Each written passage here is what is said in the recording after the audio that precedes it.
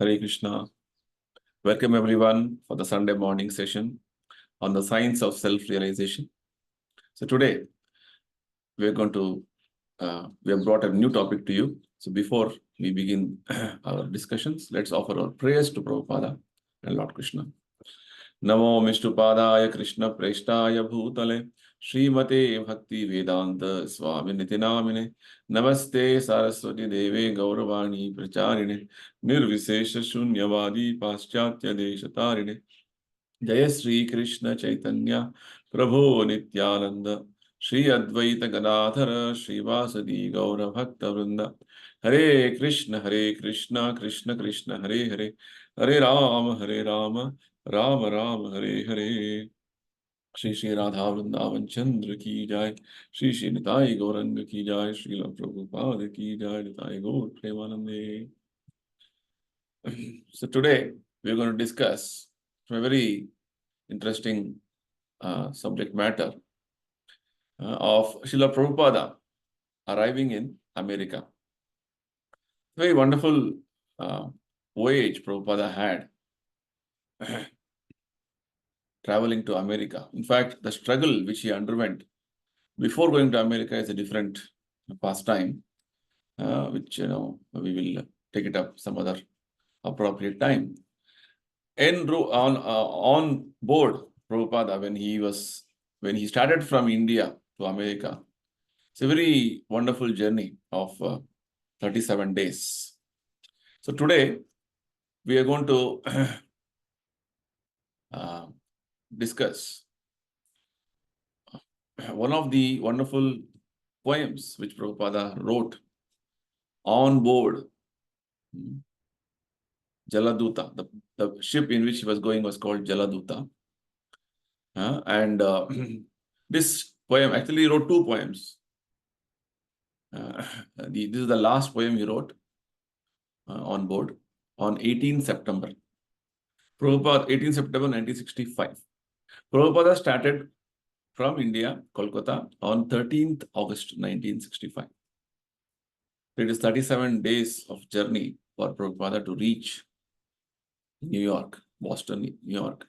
So this wonderful journey which Prabhupada had, very challenging journey for that matter, Prabhupada has recorded in a diary. In fact,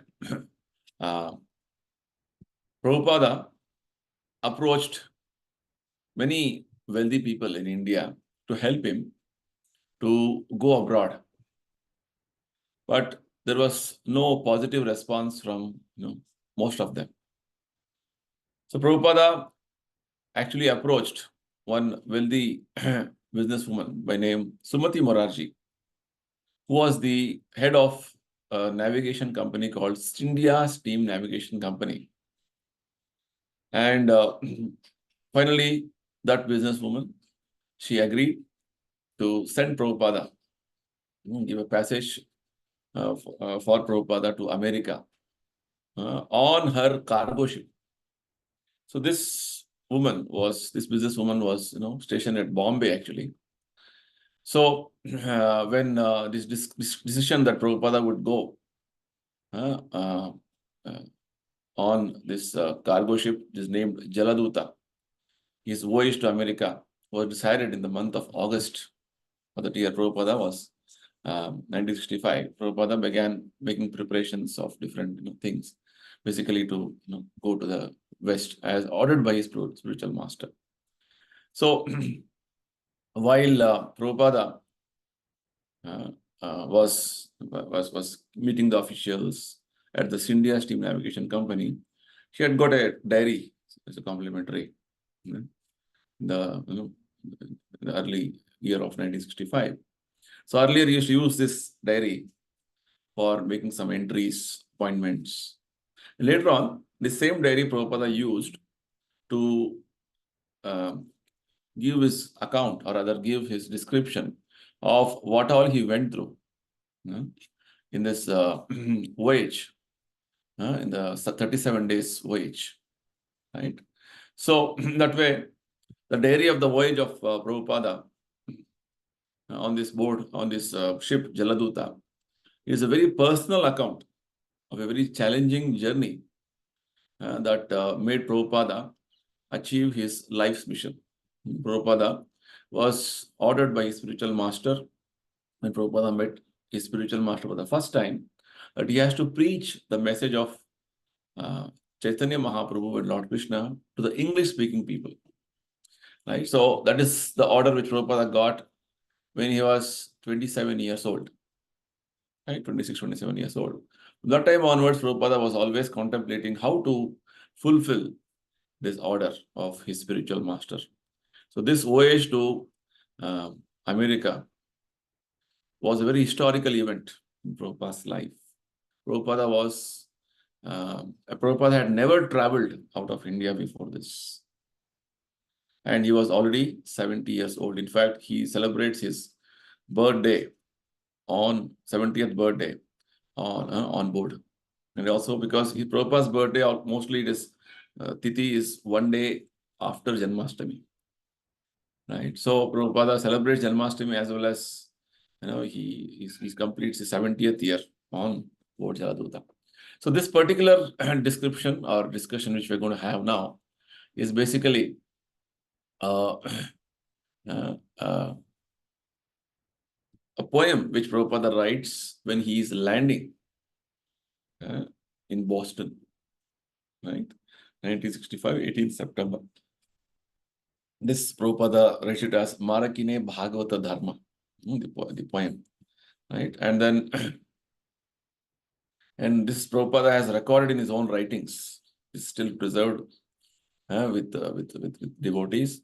And from that diary is what this particular poem we have got, and we can, wonderful. What is the significance of discussing this particular writing of Prabhupada, his own poem, is that you can see Prabhupada's deep devotion to Lord Krishna, his dedication to the words of his spiritual master, and his strong faith on the holy name in these particular words. And Prabhupada has come to totally a foreign place wherein he is not having any connection, in one sense, practically. He was on a visa permit only for 2 months. And he's trying to fulfill the order of his spiritual master of preaching Krishna consciousness in the West. He was not sure what is going to happen. He was not carrying any money with him. Right? No money with him and no support. Only he had was some Bhagavatam books which he had printed, and he had carrying them with him. That's all. So how much faith and dedication Prabhupada had towards Lord Krishna and his spiritual master is what this poem demonstrates to us. So on September 18, 1965, as the Indian steamship Jaladuta nears Boston's Commonwealth Pier, Srila Prabhupada praised Lord Krishna in a moving poem. I am simply praying for your mercy so that I will be able to convince them about your message. So let's begin the poem. Actually, it is in Bengali. We have English translation of this wonderful Bengali, very sweet Bengali, poem which Prabhupada has written. I will first read the Bengali, and one after other we'll keep discussing. The first stanza is Bado Kripa Koile Krishna Adhamera Prati Kila Giya Nile Heta Koro Ebe Gati. My dear Lord Krishna, you are so kind upon this useless soul, but I do not know why you have brought me here. Now you can do whatever you like with me. It's a very wonderful statement with deep humility. Prabhupada is talking. Because Prabhupada was Prabhupada's whole life was dedicated to only fulfill the mission of his Guru Maharaj's orders. And this is the life of a devotee. Devotee's life is only to fulfill the orders of his spiritual master. So Prabhupada's life was that demonstration. So he is praying to Lord Krishna that you have been so kind upon this useless soul. Prabhupada is, this is very genuine expression which a Vaishnava makes. Generally, in the outside world, people think I'm very important. Whereas a Vaishnava considers himself to be always good for nothing. Right? So, so Prabhupada is telling, why, I don't know why you have brought me here. Because I was trying to simply follow my Guru's order. Now you please enable me to act in a way you want me to act. This is again statement of complete surrender. Because in the ordinary course of life, we would like to do things as per our plans. But the pure devotee is so much dedicated to Lord Krishna's teachings and his directions that they're all dependent on Krishna's directions constantly. They don't consider that, oh, I can independently do anything. No. This independent life is the cause of our material existence. A pure devotee is so completely dependent on Krishna's directions at every step. Because he knows without Krishna's sanction, nothing can happen. So this is, you can see, the very first opening statement of the poem is so wonderful that Prabhupada is telling that, Krishna, I'm actually useless soul, but you have brought me here. For what you have brought me, I don't know, but please make me an instrument for your mission. Next, Prabhupada says, Ache kichu karja tabe ye anumane. Nahe keno anibena e ugrasthani. But I guess you have some business here. Otherwise, why would you bring me to this terrible place? Again, feeling of utter dependence. Right? So this is how a pure devotee functions. He doesn't think that I can do something, I can manipulate things, I can control things. No. He only thinks whatever I have to do, Lord is dictating from within me, because that's how Lord is constantly giving direction to him, direction to the pure devotee. So Prabhupada is expressing those feelings of a pure devotee, that Lord Krishna, you must have some business for me here. That's why you have brought me here, this terrible place. Otherwise, why would you bring me here? Next. Rajas tamo gune era sabai achanna Vasudev katha ruchi nahe se prasanna. Most of the population here is covered with the material modes of ignorance and passion. Absorbed in material life, they think themselves very happy and satisfied. And therefore, they have no taste for the transcendental message of Vasudeva. I do not know how they will be able to understand it. Right? So here, Prabhupada is giving the background of the place in which he has now landed. America is considered to be a place wherein the influence of the modes of passion, ignorance is too prominent. Right? The whole population there is influenced by these modes.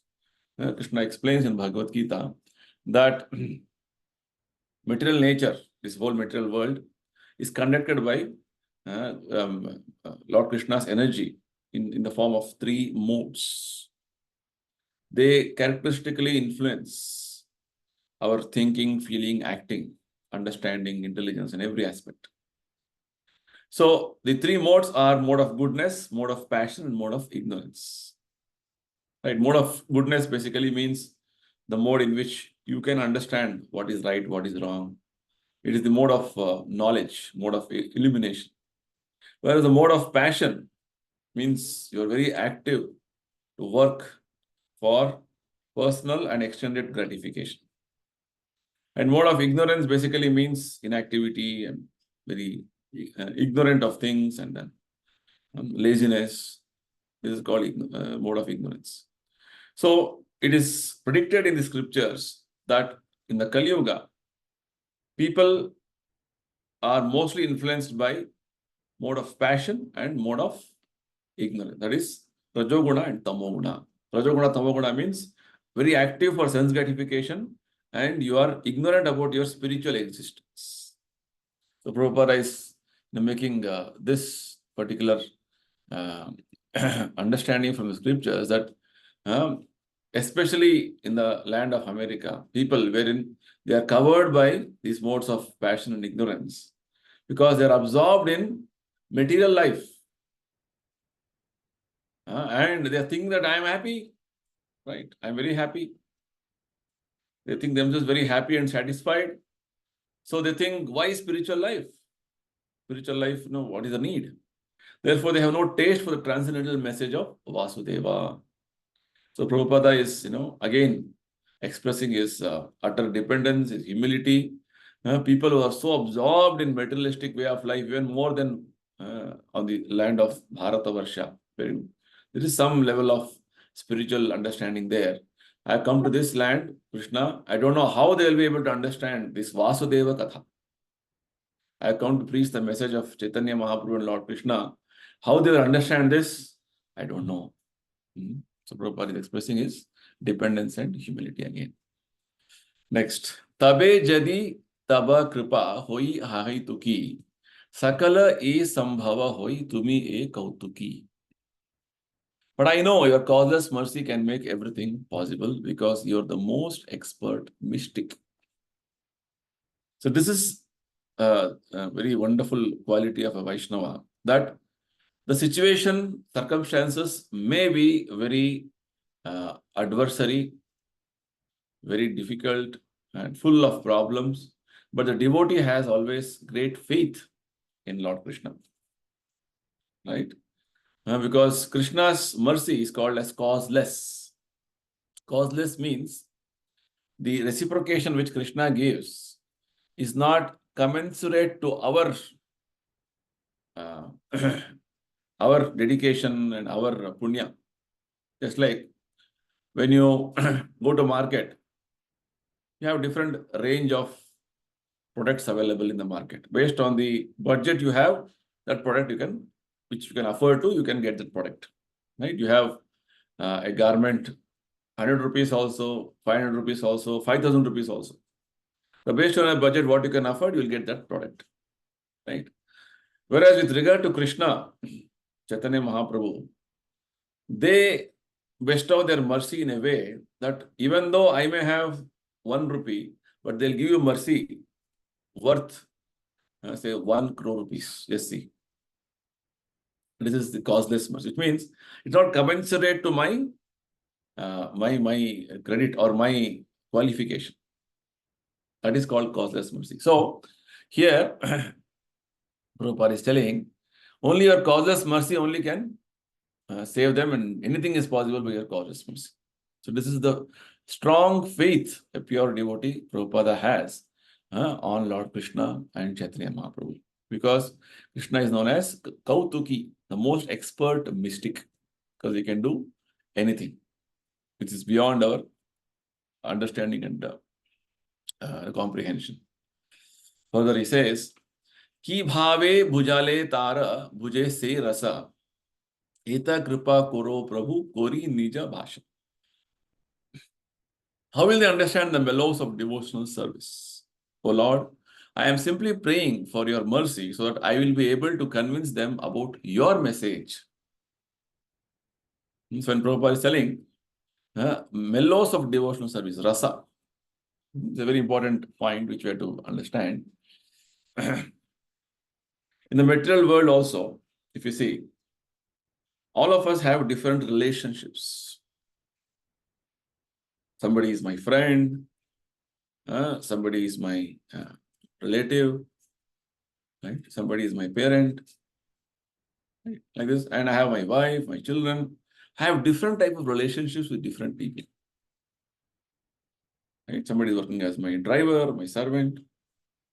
So the scriptures say there are 5 important or primary relationships which a living entity can have with other living entities. It is called Shanta, that is neutrality.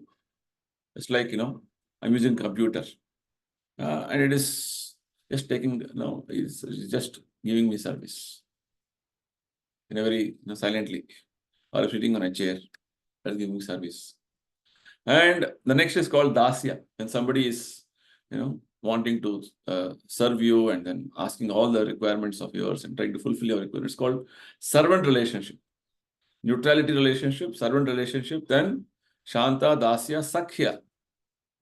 Sakhya means friendship. We have friends with us who are very much, wanting to really help us in our times of need.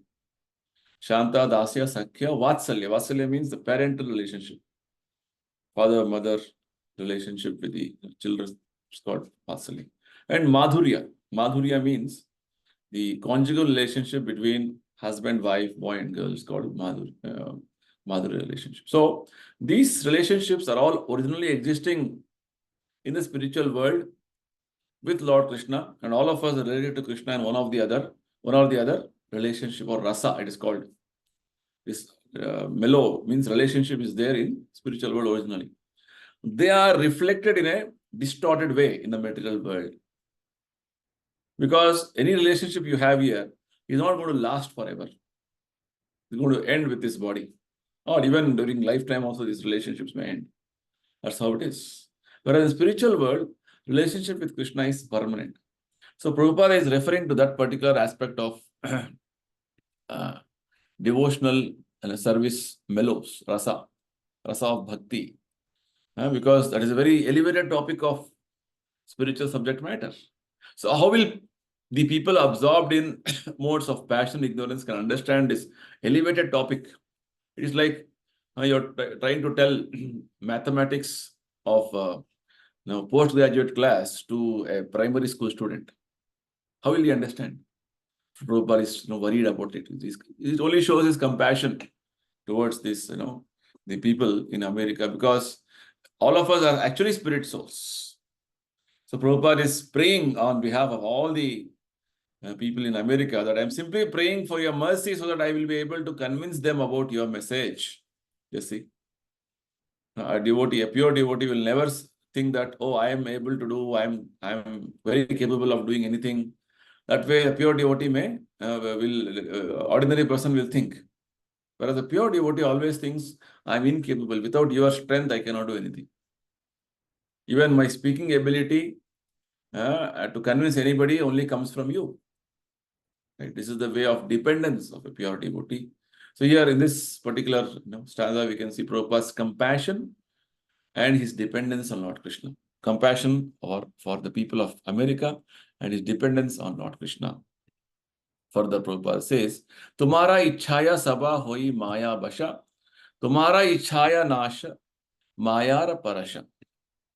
All living entities have come under the control of the illusory energy by your will. And therefore, if you like, by your will, they can also be released from the clutches of illusion. So by Krishna's will, Krishna's orders, everything is going on. A pure devotee is completely cognizant of this fact. Nothing happens without Lord's sanction, his will. Right? If Lord wills, these living entities who are under the control of Maya or illusory energy, Maya means under the control of the different modes of nature, they have to be released. Then they can be released. Just like Krishna says, Daivi esha gunamayi mama maya duratyaya.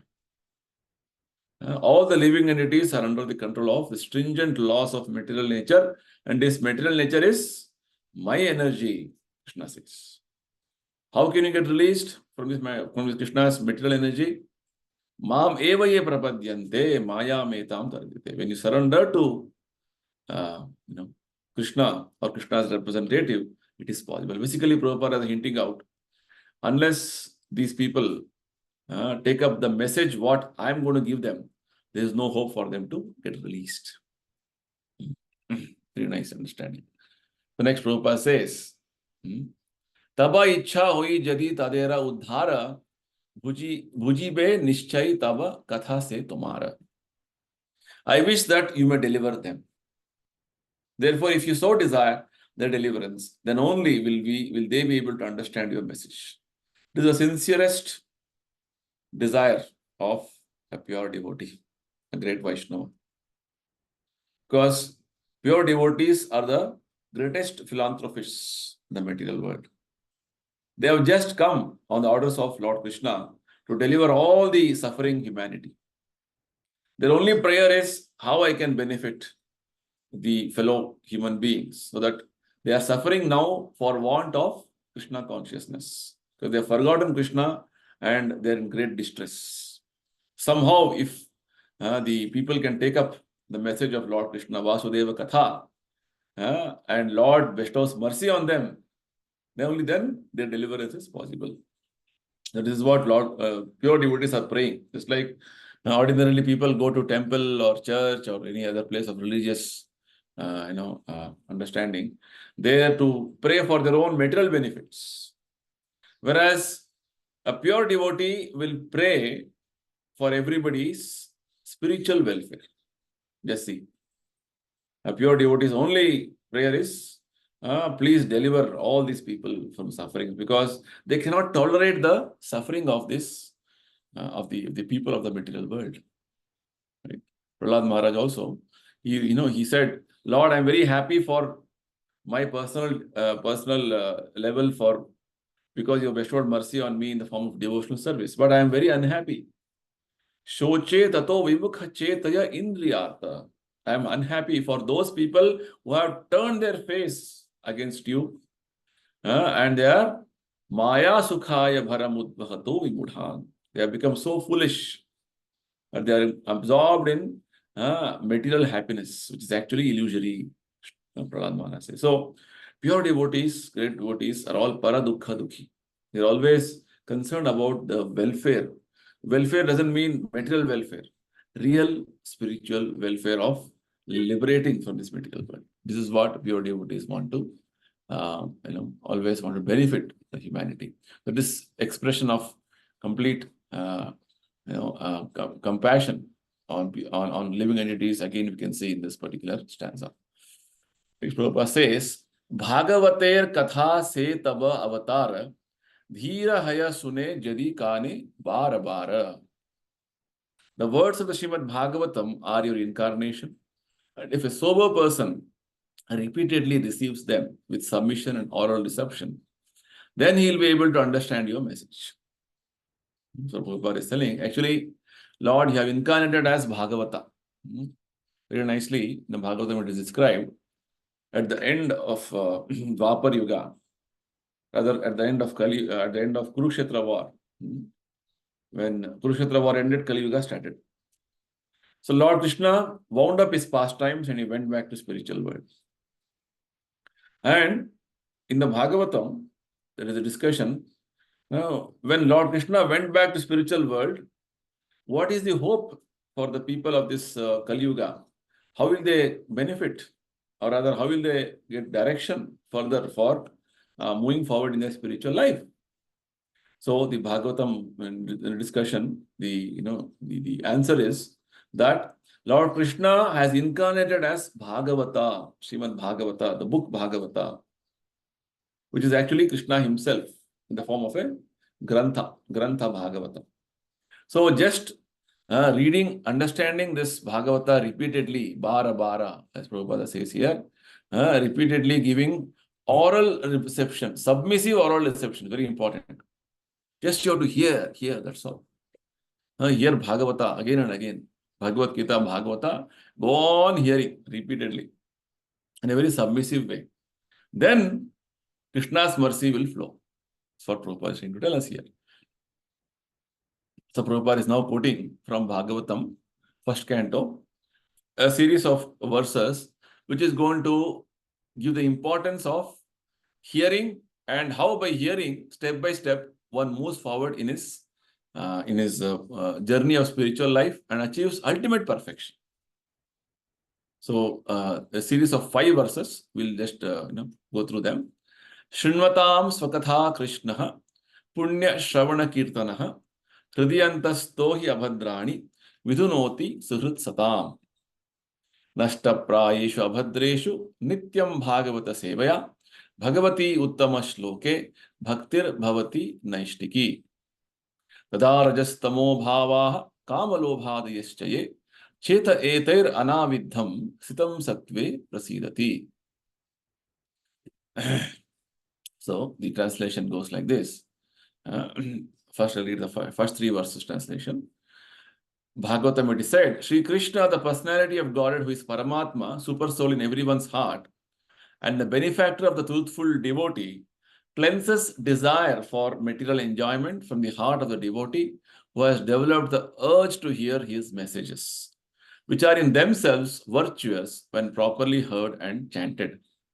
By regular attendance in classes on the Bhagavatam and by rendering of service to the pure devotee, all that is troublesome to the heart is almost completely destroyed. And loving service unto the personality of Godhead, who is praised with transcendental songs, is established as an irrevocable fact. As soon as irrevocable loving service is established in the heart, the effects of nature's modes of passion and ignorance, such as lust, desire, hankering, disappear from the heart. So we'll try to understand this.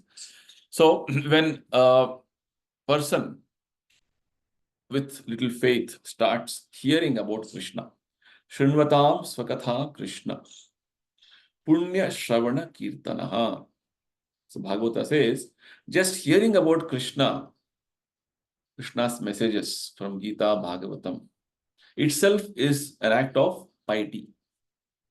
And this pious action is so powerful that it is going to cleanse your heart, clean your heart. Because our heart is filled with a lot of impurities now, called abhadrani. Impurities in the form of lust, anger, greed, so many other base qualities which are unwanted and useless. Only troubling us too much. So, when you start hearing about Krishna sincerely, which itself is a great pious activity, your heart will start getting cleansed. Because Lord is sitting as Paramatma in our heart, He will clean our heart. And after this, what happens? So this hearing is not that once you hear and you leave it. No. It is said, when you start hearing like this on a regular basis, Nityam Bhagavata Sevya, what happens? Nashta Prayeshu Abhadreshu. Slowly, all the abhadrani or the impurities within our heart will start cleansing off, or it is removed step by step. Nashta Prayeshu Abhadreshu Nityam Bhagavata Sevaya Bhagavati Uttama Shloke. Then your devotion to the Uttama Shloka or the Supreme Lord will be slowly become very steady. Your faith in Lord Krishna, your devotion to Lord Krishna will become very steady. Bhagavati Uttama Shloke Bhakti Bhavati Naishtiki. Nishta will come. Nishta means your steadiness, your determination to follow process of bhakti will become strong. Then what happens? Tadarajastamo bhava kamalobhadayaschaye.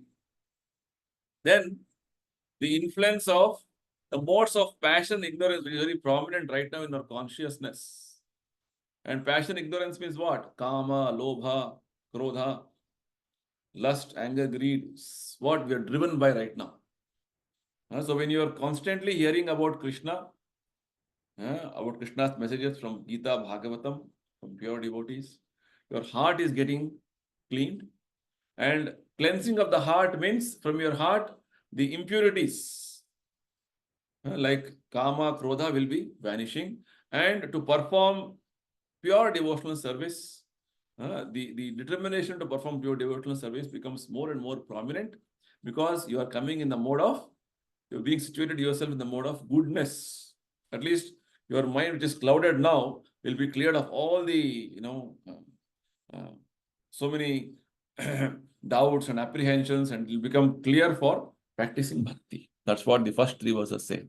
Let's go to the next 2 verses. Further, Bhagavatam says, Evam prasanna manaso bhagavad bhakti yogataha bhagavad tattva vijnanam mukta sangasya jayate. Bhidyate hridaya granthis chidyante sarva samshayaha kshiyante chasya karmani drishta evatma nishvare. So next, what happens when the heart is cleansed of the kama, krodha, all these base qualities? Then the devotee will be established in goodness, and he becomes completely happy.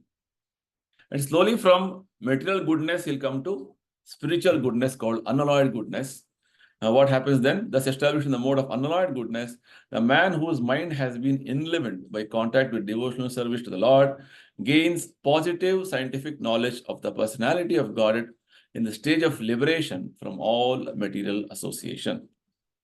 Right? Like this, slowly he will gain liberation from this material world. Just see. And it all began with hearing about Vasudeva. Just hearing Gita, Bhagavatam. When you chant Hare Krishna, hearing that Hare Krishna mantra is going to give you so much of immense spiritual advancement. So then it is further mentioned that when you start doing this process regularly, the knot in the heart, what is the knot in the heart? Attachment to material world is cut off. And all the misgivings are cut to pieces. The chain of fruitive actions is terminated, and one sees the self as martyr, which means right now we are entangled in many action-reaction cycles, karma bandhana. All that is shattered, and you will be established in spiritual existence. Let's see. So Prabhupada is quoting these 5 verses, very important verses from the Bhagavata, to make us understand the significance of hearing the messages from Bhagavata. Further, Prabhupada says, Rajastamo hate tabe paibe nistara, hridayera abhadra saba guchi me tahara.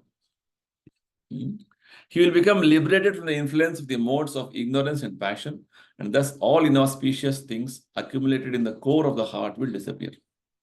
Prabhupada is again summarizing from the Bhagavatam, the 5 verses which we just now heard, that just by hearing about Vasudeva, gradually you'll come to the stage of liberation. Liberation means you are freed from the influence of Rajoguna, Tamoguna.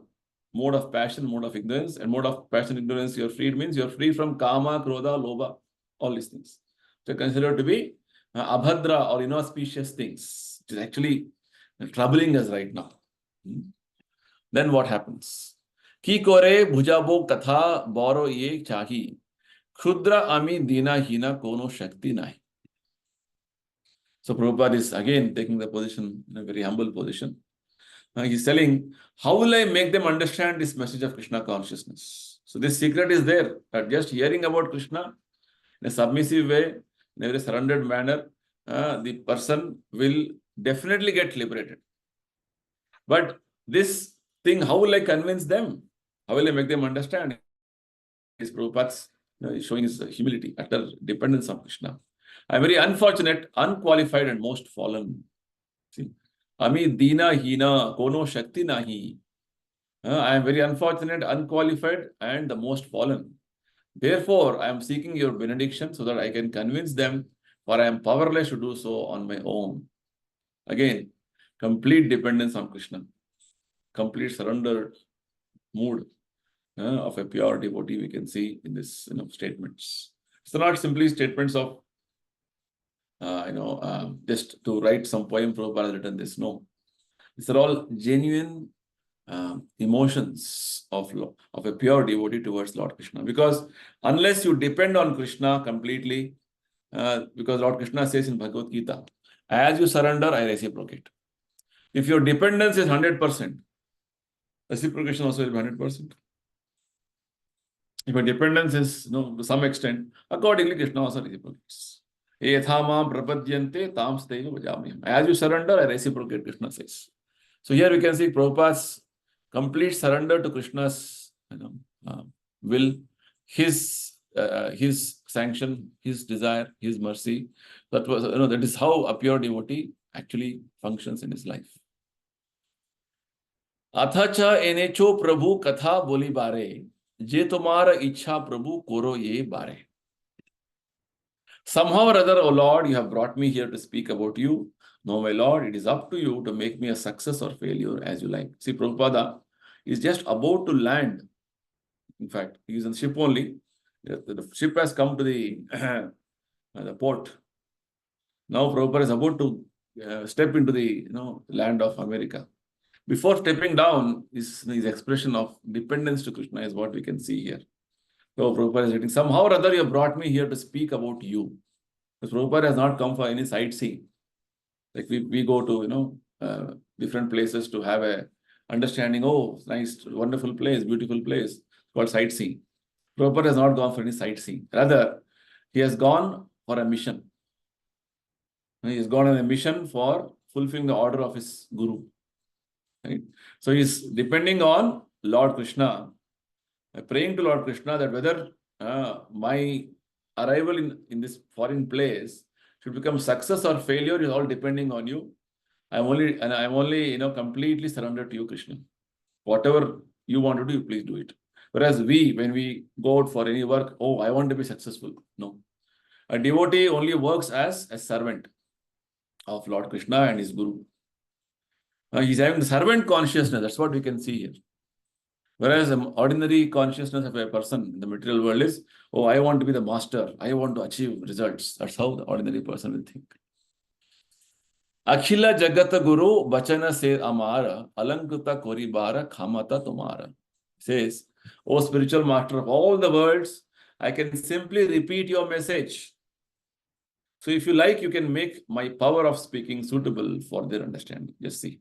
So much dependence on Lord Krishna, which Prabhupada is expressing in these very wonderful words. Lord Krishna is called Akhila Guru, Akhila Jagat Guru. He is spiritual master of all the worlds.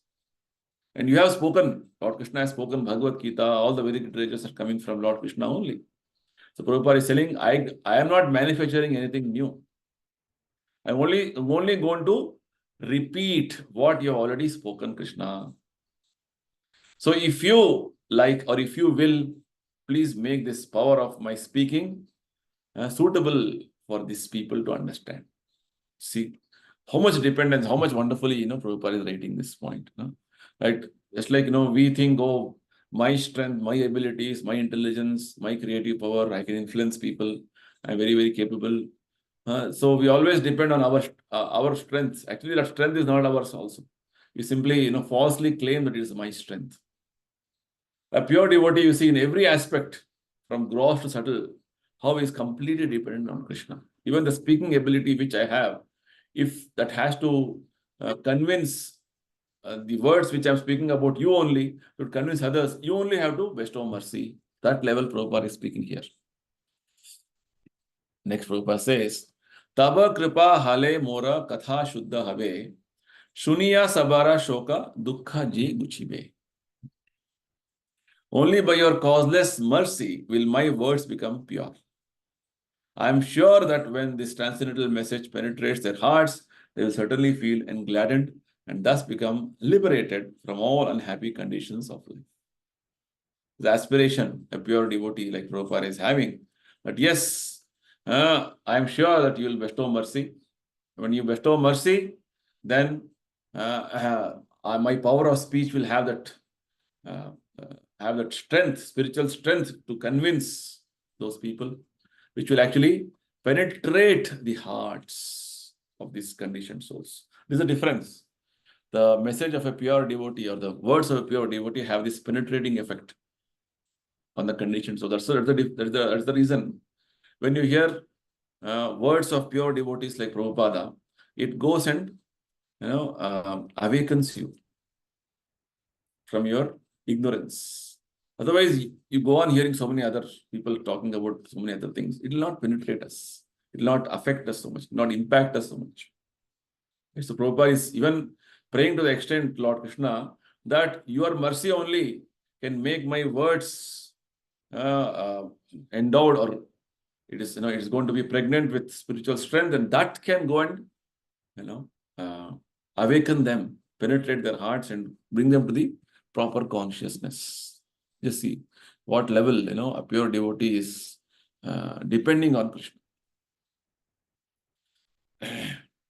Prabhupada says, Aniyacho jadi Prabhu amare nachate, nachao Prabhu nachao se mate, kasthera puttali jatha nachao se mate. Oh Lord, I am just like a puppet in your hands. So if you have brought me here to dance, then make me dance. Oh Lord, make me dance as you like. A pure devotee only understands that he is only a nimitta. He is only instrument in the hands of Krishna. Just like a puppeteer will have puppets completely controlled in his hand. Like that, a devotee has put himself under the control of Lord Krishna. Whatever way Lord wants me to dance or act, I will act. And it's depending in that way, the Lord also will see that his mission is achieved through his pure devotees. Right? So Prabhupada is, again, we can see Prabhupada's complete dependence, the mood of surrender in this statement. Please make me dance. I'm just a puppet in your hands. You make me dance the way you want, Krishna. This is the mood which we have to come to. We have to cultivate this level of devotional service. So Prabhupada is, concluding with this statement. Bhakti nai bedanai name khub daro, Bhaktivedanta nama ebe sarthaka karo. I have no devotion, nor do I have any knowledge, but I have strong faith in the holy name of Krishna. I have no devotion, bhakti nai. I have no knowledge, veda nai.